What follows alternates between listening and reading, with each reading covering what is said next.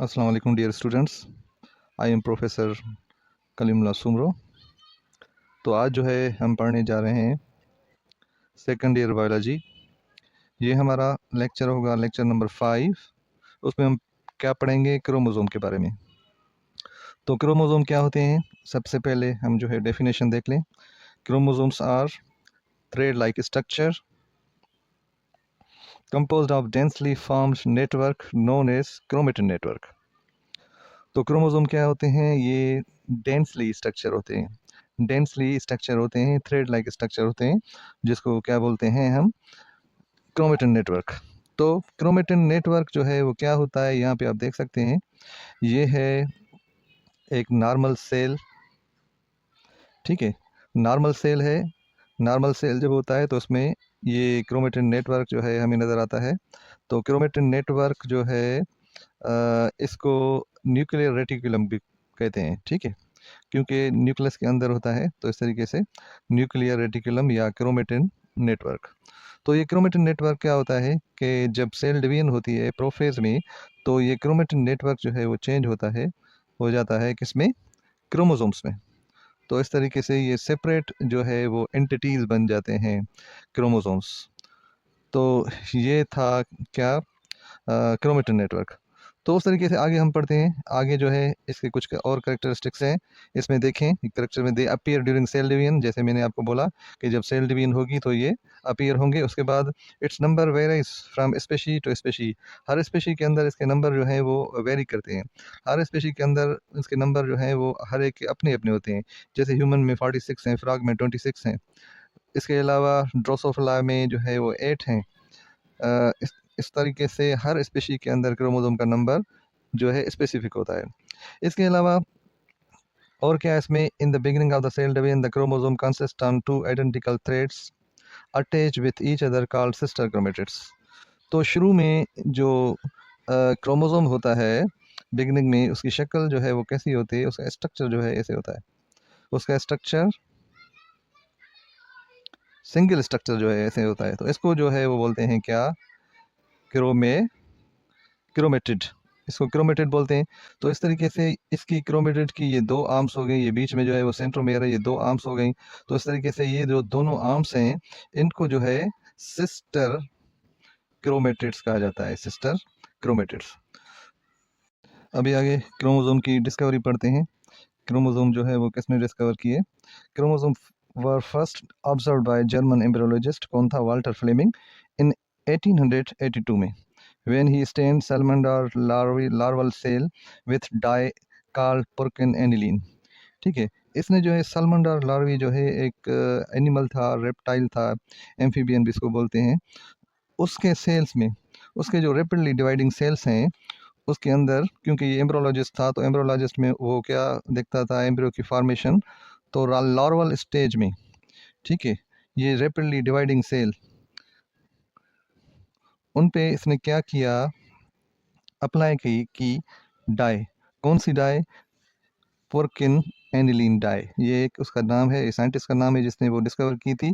तो इस तरीके से जब उसको अप्लाई किया तो इसमें क्या हुआ कि सेल में से जो सेंटर वाला न्यूक्लियस वाला हिस्सा था वो डेंस हो गया। उसने ज़्यादा कलर जो है वो जज़ब किया, ज़्यादा कलर जज़ब किया। तो इस तरीके से जो है वो गहरा नज़र आना, इसलिए उसने क्या किया, he found darkly stain threads, threads which he named chromosome. Darkly stained thread जो है वो थ्रेड उसने जो है वो देखे, ऑब्जर्व किए, तो उसको क्रोमोसोम का नाम दिया। लेकिन actually chromosomes are not coloured bodies, ठीक है। असल में क्रोमोसोम जो है वो क्या है, कलर्ड बॉडी नहीं है। ये इट इज़ ए मिसनोमर, ये लफ्ज़ का गलत इस्तेमाल हुआ है। But they are colour absorbing bodies. हाँ, हम ये कह सकते हैं कि ये क्या है, कलर एब्जॉर्बिंग बॉडी है। दूसरे ऑर्गेनेल से ज़्यादा कलर जज़ब करते हैं, इसलिए वो गहरे नज़र आते हैं। तो ये थी स्टोरी क्रोमोसोम की। तो आगे चलते हैं, क्रोमोसोम के स्ट्रक्चर के बारे में थोड़ा देखते हैं इसको, कि जो बेसिक स्ट्रक्चर होता है, जैसे मैंने बताया पहले पहले, नॉर्मल जो है रेप्लिकेशन से पहले जो क्रोमोसोम का स्ट्रक्चर होता है वो ऐसे होता है, सिंगल होता है, जिसको बोलते हैं क्रोमेटिड। इसके अंदर ये दो क्रोमेटिड नज़र आए हैं, बीच में जो है वो क्या है, सेंट्रोमेयर है। तो उसके बाद जब रेप्लिकेशन होती है तो क्रोमोसोम जो है वो क्या हो जाते हैं, डबल हो जाते हैं। क्रोमोसोम डबल आ जाते हैं। ये हो गए। अब ये यहाँ पे मैंने जो है वो 2 क्रोमोसोम बनाए हैं, तो इनमें से ये जो है ये भी बन सकता है और यहाँ से ये भी बन सकता है। नॉर्मली तौर पे यानी एक बनेगा, एक क्रोमेटिड एक ही क्रोमोसोम जो है बनाएगा। यहाँ पे मैंने थोड़ा कंपैरिजन करने के लिए जो है इसलिए ये होमोलॉगस क्रोमोसोम बना लिए हैं, क्योंकि एक जो है ऐसे समझें कि ये फादर से है, ये है मदर से। इनको डिस्क्राइब करने के लिए मैंने जो है यहाँ पे 2 बनाए। यहाँ पे देखें आप, ये क्रोमोसोम हो गया फुल। इसके बाद यहाँ पे ये दोनों आर्म्स जो हैं, सेम क्रोमोसोम की जो आर्म्स होंगी उसको बोलेंगे सिस्टर क्रोमेटिड्स। ये हैं सिस्टर क्रोमेटिड। अगर एक आर्म इस क्रोमोसोम की हो और एक आर्म इस क्रोमोसोम की हो तो इसको बोलेंगे नॉन सिस्टर क्रोमेटिड। ठीक है, ये दोनों क्रोमोसोम जो है वो मॉर्फोलॉजिकली सेम है। इन क्रोमोसोम को जो है वो कहते हैं homologous homologous chromosomes. Homologous chromosomes वो होते हैं the chromosomes which are morphologically same, contain same set of gene, one come from male, other come from female। तो आगे चलते हैं, क्रोमोसोम के स्ट्रक्चर को थोड़ा डिटेल में पढ़ते हैं कि क्रोमोसोम जो है वो मुकम्मल तौर पे कैसे नज़र आता है। यहाँ पे ये मैंने फुल स्ट्रक्चर बनाया है क्रोमोसोम का। यहाँ पे आप देख सकते हैं, ये क्रोमोसोम की क्रोमेटिड हो गई। ठीक है, ये क्या है, ये सेंट्रोमेयर है। और उसके बाद सेंट्रोमेयर जो है, यहाँ पे जो कंस्ट्रक्शन नज़र आ रही है इसको प्राइमरी कंस्ट्रक्शन बोलते हैं। ठीक है, ये क्या हो गई, प्राइमरी कंस्ट्रक्शन। यहाँ पे ये है सेकेंडरी कंस्ट्रक्शन। ठीक है, और यहाँ इसके अंदर आपको नज़र आ रहा है, ये है क्या है, double stranded DNA. Double stranded DNA जो है इसको क्रोमोनेमेटा भी कहते हैं, क्रोमोनेमेटा। ओके, उसके बाद क्रोमोसोम को देखेंगे कि इसके ऊपर आपको एक जो है लेयर नज़र आ रही है, ऊपर ऊपर एक मेम्ब्रेन है, इसको पेलिकल बोलते हैं। ये इसकी मेम्ब्रेन है जिसको पेलिकल बोलते हैं। और इसके अलावा इसके अंदर मैट्रिक्स भी होता है। मैट्रिक्स मैट्रिक्स क्या है, एक फ्लूइड है, जेली लाइक सब्सटेंस क्रोमोसोम के अंदर जो है वो मौजूद होता है।